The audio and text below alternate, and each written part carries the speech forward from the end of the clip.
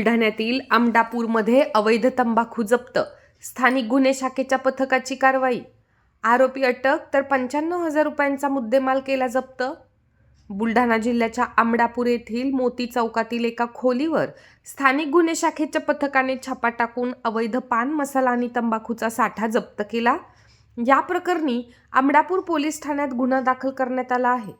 चिखली तालुक्यातील आमडापूर येथील शेख तौसिफ असे आरोपीचे नाव असून त्याच्या खोलीवर स्थानिक गुन्हे शाखेच्या पथकाने छापा टाकून ताब्यातील प्रतिबंधित पान मसाला व तंबाखू असे एकूण 95,000 रुपयांचा गुटखा जप्त केला. या प्रकरणी आमडापूर पोलीस ठाण्यात गुन्हा दाखल करण्यात आला आहे. ही कारवाई स्थानिक गुन्हे शाखेचे पोलीस उपनिरीक्षक अविनाश अंबादास दायभाये यांच्या नेतृत्वाखाली करण्यात आली.